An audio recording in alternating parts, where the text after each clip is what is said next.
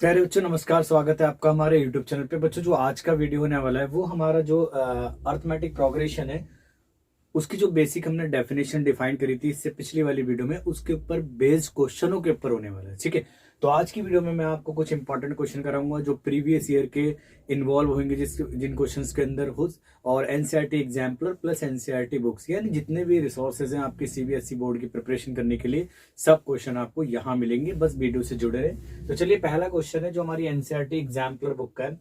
तो क्वेश्चन कहता है बेटा, if the numbers n-2, 4n-1 and the 5n+2 are in AP, find the value of n।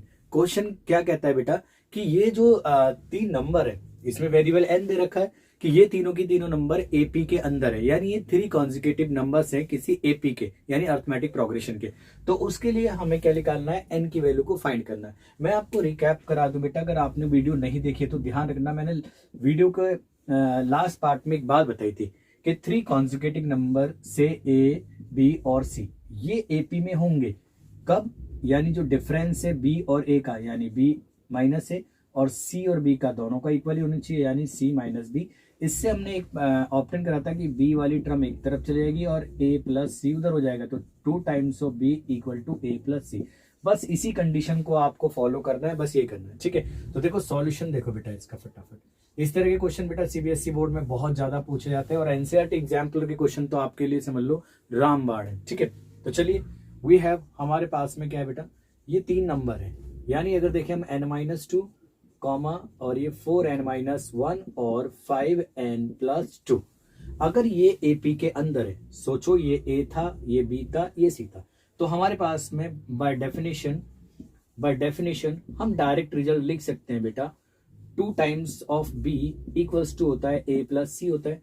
तो B क्या होता है, मिडिल टर्म को कहते हैं, यानी 4n-1 should be equal to A, यानी जो फर्स्ट टर्म है n-2 प्लस सी जो लास्ट मतलब थर्ड टर्म है n+2 के इक्वल होनी चाहिए। अगर हम मल्टीप्लाई करें 4 टू जा 8n हो जाएगा बेटा, और ये हो जाएगा हमारा 2 की मल्टीप्लाई 1 से करेंगे तो माइनस का 2 हो जाएगा। और ये देखो बेटा, ये दोनों भैया भैया है, तो n और 5n हो जाएगा हमारा 6n। ये माइनस ये प्लस बिल्कुल कट होके हमारा खत्म हो गया, तो 0। तो 0 लिखने की कोई जरूरत भी नहीं थी। अब देखो भैया भैया एक तरफ, यानी वेरिएबल वाली टर्म एक तरफ, तो 4 जो है हमारा, ये जो 2 है वो उधर चला जाएगा और 6n इधर आ जाएगा, तो 6n इक्वल्स टू आ जाएगा हमारा 2 आ जाएगा, यानी 8n - 6n इक्वल टू 2। यहां से आपके पास में बचेगा 2n और यहाँ बचेगा 2, तो ये आपके सामने आ जाता है बेटा, n की वैल्यू आ जाएगी 2/2, यानी n आ गया 1। क्लियर है बेटा? Hence required value of n कितनी आ जाएगी बेटा, required value of n is 1, that is हम कह सकते हैं कि n की वैल्यू 1 है। तो इस तरह के क्वेश्चन बेटा बहुत ज्यादा एग्जाम में पूछे जाते हैं और आते भी हैं। तो ये था हमारा डेफिनेशन के ऊपर बेस्ड पहला क्वेश्चन। जल्दी से आप इसको नोट कीजिए, मैं आपको नेक्स्ट क्वेश्चन कराता हूं। चलिए बेटा, आपके अगले जो क्वेश्चन है वो है हमारे क्वेश्चन नंबर 2 और फिर क्वेश्चन नंबर 3। ये भी एनसीईआरटी एग्जाम्पलर बुक है और ये बोर्ड में भी क्वेश्चन आ रखे हैं आपके। तो जो क्वेश्चन है इस पार्ट का, तो वो सेकंड क्वेश्चन क्या कहता है कि फाइंड ए, बी एंड सी। हमें ए, बी एंड सी 3 कांस्टेंट है, यानी अननोन है। ठीक है, सच दैट इस प्रकार है कि the following numbers are in AP, यानी ए 7, बी 23 और सी, ये सारे की सारे नंबर क्या है, एपी के अंदर है। हमने एक ही डेफिनेशन पढ़ी हुई है कि एपी क्या होती है, एक ऐसी सीक्वेंस होती है जिसमें दो क्या होता है, किसी भी 2 कॉन्जिक्यूटिव टर्म का जो डिफरेंस होता है वो फिक्स होता है, एक्सेप्ट द फर्स्ट टर्म। यही पढ़ा था हमने। तो जो डिफरेंस होता है किसी भी 2 कॉन्जिक्यूटिव टर्म का, वो क्या होना चाहिए, हमारा फिक्स होना चाहिए। बस इसी के ऊपर बेस्ड कॉन्सेप्ट को हम अप्लाई करते हैं बेटा। तो चलिए देखो सॉल्यूशन देखो बेटा, ध्यान से देखना बेटा, बड़ा काम का क्वेश्चन है। गिवन है, वी हैव गिवन, ये बोला है कि ए 7, बी 23 और सी आर इन एपी है। तो बाय डेफिनेशन बेटा क्या होना चाहिए, देखो बाय डेफिनेशन, हम डेफिनेशन से क्या करते हैं बेटा, यानी 2 का डिफरेंस होना चाहिए, यानी 7 में से अगर मैं ए को सब्ट्रैक्ट करूं तो ये आना चाहिए बेटा हमारे किसके, b-7 के इक्वल आना चाहिए, यानी b-7 के आना चाहिए यहां से तक। तो देखो बेटा जो 7 है यहाँ आएगा तो कितना आ जाएगा बेटा हमारा, ये हो जाएगा बी, ये इधर ट्रांसपोज कर दो तो हो जाएगा a plus B equal to ये आ जाएगा हमारा 14 हो जाएगा। ये इक्वेशन फर्स्ट हो गई। अब यहाँ पे हम इसी प्रकार से इनके लिए भी अप्लाई कर सकते हैं बेटा। हम यहाँ से अगर हम बात करें, देखो बी का तो यूज हो गया है यहाँ से, अब हम बी और सी के अंदर भी एक रिलेशन बना सकते हैं। वो कैसे बना सकते हैं बेटा, देखो यहाँ से बी, इन दोनों टर्मों का डिफरेंस देखो बेटा, इसका टर्म का और इस टर्म का क्या होगा बेटा, देखो 23 में से बी सब्ट्रैक्ट करो और या सी में से 23 सब्ट्रैक्ट करो, एक ही है। तो यानी हो जाएगा B plus C equal to 23, इधर आएगा प्लस का तो 46 हो जाएगा। ये बनेगी इक्वेशन हमारी, कौन सी बनेगी बेटा, सेकंड होगी। अभी यहाँ पे देखो a प्लस बी और यहाँ बी और सी है, वेरिएबल है नहीं यहाँ पे, लेकिन हम एक काम और कर सकते हैं बेटा। जो डिफरेंस है यहाँ से देखो a और 7 का डिफरेंस हमने लिख दिया, b और 7 के साथ में डिफरेंस लिख दिया हमने, b और 23 के साथ में भी डिफरेंस लिख दिया और c और 23 के साथ में भी डिफरेंस लिख दिया। तो हम क्या कर सकते हैं, यहां से हम किसी भी एक वैल्यू को सब्स्टिट्यूट कर सकते हैं, b को ब्रेक कर सकते हैं यहाँ पे, ठीक है। तो चलिए करते हैं यहाँ पे। चलिए बेटा आपके अगले क्वेश्चन है क्वेश्चन नंबर 2 और क्वेश्चन नंबर 3। ये भी एनसीईआरटी एग्जाम्पलर बुक के क्वेश्चन है और बोर्ड में पहले आ चुके हैं, ठीक है। अब बेटा क्वेश्चन देखो, अभी हम किसके ऊपर बेस्ड क्वेश्चन कर रहे हैं, जो अर्थमेटिक प्रोग्रेशन की बेसिक डेफिनेशन है। वो क्या आती है हमारी कि अर्थमेटिक प्रोग्रेशन ऐसी सीक्वेंस होती है जिसमें दो कॉन्सेक्यूटिव टर्म का जो डिफरेंस होता है वो हमेशा एक फिक्स होता है ना, यानी जिसे हम कॉमन डिफरेंस भी कहते हैं। अभी मैंने इससे पहले वाले भी क्वेश्चन में आपको बताया था, मैं इसी बात को ना आप थोड़ा ध्यान रखना, मैं यहाँ पे इस बात को दोबारा लिख देता हूँ कि अगर ए बी सी ये कोई भी 3 नंबर कॉन्सेक्यूटिव लगातार है, अगर ये एपी में, तो मैंने भी आपको बताया कि b minus A equal to क्या होता है बेटा हमारा c माइनस बी, यानी b वाली टर्म इधर रहेगी 2 times of b a plus C. Actual में इसको ना आप ढंग से ना एक बार घोट लो दिमाग में, कैसे देखो बेटा, यानी अगर ये जो 1 2 3 ये लगातार 3 टर्म अगर एपी में, तो जो मिडिल यानी बीच वाली जो टर्म है ना बेटा, उसका 2 टाइम्स इनकी एक्सट्रीम टर्म के सम के बराबर होता है। बस अगर आपने ये चीज सीख ली तो बस देखो, अब देखो सॉल्यूशन बहुत सिंपल है। आप देखो बार बार डेफिनेशन देना मत कि इनका डिफरेंस इसका निकालना, डायरेक्ट हम इसको अप्लाई कर सकते हैं। यानी मिडिल टर्म हमेशा 2 टाइम्स रहेगी दो बाकी एक्सट्रीम टर्म के। तो देखो बेटा यहाँ पे देखो वी हैव गिवन, हमें क्या गिवन है बेटा कि a 7 b 23 c are in AP में। क्लियर है बेटा, अगर ये एपी में, तो देखो पहले हम इन 3 टर्मों की बात करते हैं लगातार की। तो जो इसका 2 टाइम है यानी 2 टाइम्स ऑफ 7 वो a प्लस बी के बराबर होगा, नहीं होगा बेटा, बिल्कुल होगा। यानी हमारे पास आ गया बेटा a plus B equal to 14, ये फर्स्ट हो गया। अब ऐसी देखो अगले टर्म पे जाओ, इसको बीच वाली टर्म मानो, तो इसका 2 टाइम्स यानी 2 times of b equal to होगा इन दोनों का सम, यानी 7 प्लस 23, यानी 2b इक्वल टू आ गया हमारा 30 और b आ जाएगा आपका 15। सिंपल बेटा यहां से। नाउ अगेन बाय डेफिनेशन, अगर हम डेफिनेशन से फिर दोबारा बात करें, अब देखो हम 1 2 यहां तक पहुंच गए और यहां तक पहुंच गए मिडिल टर्म, फिर हमने इसको मिडिल बना दिया, अब इसको भी तो मिडिल बना सकते हैं हम, यानी 2 times of 23 should be equal to extreme कौन सी है वो इसके लिए b प्लस सी। क्लियर है बेटा यहां तक। तो ये तो हो जाएगा बेटा आपका 46, और देखो b की वैल्यू अभी आपने निकाली है वो कितनी है बेटा यहाँ पे 15 प्लस सी, तो c की वैल्यू आ जाएगी 46 में से आप 15 सब्ट्रैक्ट कर दो तो c आ जाएगा बेटा 6 में से 5 गए 1 और 4 में से 1 गया तो 3, तो ये आ गई आपके पास में c की वैल्यू। अगेन अब हम रह गए हमारे पास में देखो b आ गया, c आ गया, अब a रह गया। तो a बेटा यहीं से इक्वेशन से देखें यूजिंग फर्स्ट, देखो बेटा यूजिंग फर्स्ट देखते हैं। तो a plus B equal to कितना बेटा 14 है, और यहां हमने b की वैल्यू कितनी निकाली है 15, तो 15 और इधर इक्वल टू 14 हो जाएगा। तो यहां देखो छोटा सा, तो a आ जाएगा बेटा आपका 14 में से 15 को सब्ट्रैक्ट करेंगे, यानी a आ गया हमारा माइनस का 1, hence a equal to -1, b equal to आया आपका 15 और सी की जो वैल्यू आई है वो आई है 31। ये रिक्वायर्ड आपका आंसर है। ठीक है बेटा, ध्यान रखना, ज्यादा कैलकुलेशन करने से अच्छा है कि एक बार हम कॉन्सेप्ट को समझ जाए, है ना। देखो यहां लगाओ दिमाग, वही ए बी सी, ये रेंडमली कोई भी 3 कॉन्जिक्यूटिव टर्म है अर्थमेटिक प्रोग्रेशन की। तो क्या है जो मिडिल टर्म है, बाय डेफिनेशन हमने निकाला कि उसका 2 टाइम्स उसके एक्सट्रीम टर्म के सम के इक्वल आ रहा है। तो दैट मीन्स हम हमेशा यहाँ पे 3 टर्म लेंगे, फिर इन 3 टर्म को लेंगे, हम ऐसी कर करके 3 टर्म ले सकते हैं और हर बार हम क्या कर सकते हैं, उसी कॉन्सेप्ट को अप्लाई कर सकते हैं। तो इससे हमने सारा क्वेश्चन बड़ा सिंपल तरीके से निकल गया। और अगर आप बार बार सब्ट्रैक्ट करोगे, इसमें से ये करोगे, कंफ्यूजन हो जाएगी आपको। ठीक है, तो फॉलो सिंपल रूल। ठीक है बेटा।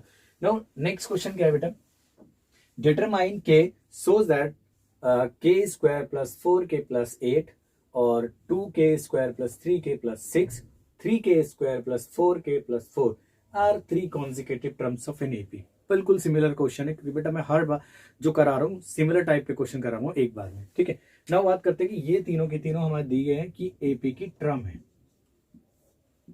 तो बस वही डेफिनेशन है, वी हैव, मैं डायरेक्ट अप्लाई कर दूं, ये इसको मान लेते हैं हम ए, इस वाली को, और इसे मान लेते हैं बी, और इसे मान लेते हैं हम सी। तो देखो ए एरा, बी एरा, सी एरा, we have by definition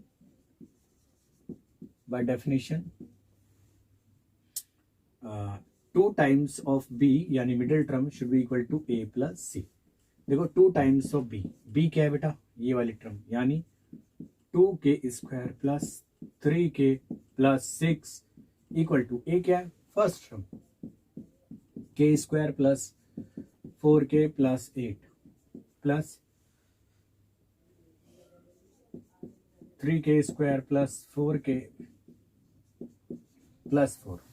clear है, चलो यहां मल्टीप्लाई करते हैं, 4k स्क्वायर प्लस 2 के अंदर करेंगे 6k प्लस 2 की इससे मल्टीप्लाई करेंगे तो 12 हो जाएगा। यहाँ ये भाई भाई है, तो k square plus 3k square 4 times of k square plus, अगर हम बात करें 4k प्लस 4k आपका हो जाएगा 8k प्लस 8 प्लस 4 आपका 12 हो जाएगा बेटा। क्लियर है। अब देखो बेटा, ये एक जैसे ब्रदर है, कट हो जाएंगे, ये भी हमारे ब्रदर एक जैसे कट हो जाएंगे, तो 6k उधर ट्रांसपोज कर देते हैं हम, तो यहाँ बचेगा 0, उधर 8k माइनस 6k यानी 0 इधर बचा, और उधर बचेगा हमारा 2k, तो k बराबर आ जाएगा बेटा 0 अपॉन में 2 यानी हमारा 0, क्योंकि 2 तो 0 हो ही नहीं सकता, तो k equal to 0। I hope आपको क्वेश्चन समझ में आए होंगे बेटा, जल्दी से इन क्वेश्चनों को आप नोट कीजिए। चलिए बेटा, आपके अगले क्वेश्चन है जो अर्थमेटिक प्रोग्रेशन की जो डेफिनेशन है उसके ऊपर ही बेस्ड है, एनसीईआरटी बुक के क्वेश्चन से। तो क्वेश्चन नंबर 4 कहता है कि फॉर द एपी, ये एपी है, इसके लिए मैं क्या लिखना है बेटा, right the first term A and the common difference D. तो बहुत सिंपल है, ये एनसीईआरटी बुक का जो एक सोल्ड एग्जाम्पल है ये वो है बेटा। ठीक है, खैर कोई बात नहीं, बस मैंने आपको जो मेन क्वेश्चन थे वो स्टार्टिंग में करा दिए थे, बस आपको थोड़ी सी इस तरह का पैटर्न में आ जाता है, तो आप क्या करोगे 1 मार्क में।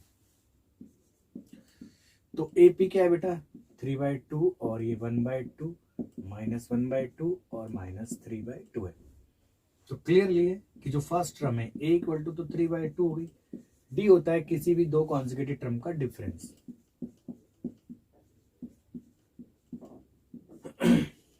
टू एलसीएम लिया 1 माइनस 3 यानी डी आ जाएगा -2 अपॉन में 2 यानी माइनस का 1। ठीक है बेटा, हैंस a इक्वल टू 3/2 और d आ गया हमारा माइनस का 1। क्लियर है। नेक्स्ट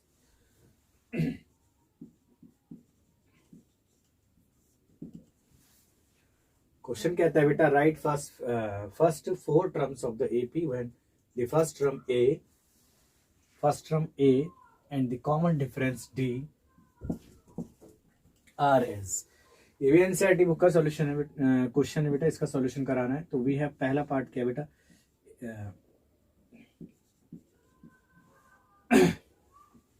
इन्होंने ए तो प्रोवाइड कराया है 10 और डी भी 10 है। तो आपको पता है बेटा एपी की जो जनरल डेफिनेशन होती है, उसकी फर्स्ट टर्म होती है ए, सेकंड टर्म होती है A plus D, third term a plus 2d और ये फोर्थ टर्म होती है हमारी a प्लस 3d। इस तरीके से मूव होती रहती है।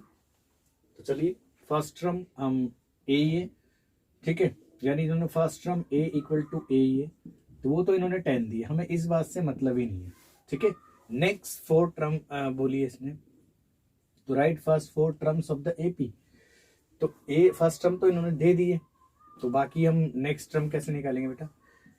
ए जो सेकंड टर्म होती है वो ए प्लस डी होती है, यानी आपका हो गया 10 प्लस 10, यानी जो सेकंड टर्म हो गई वो 20।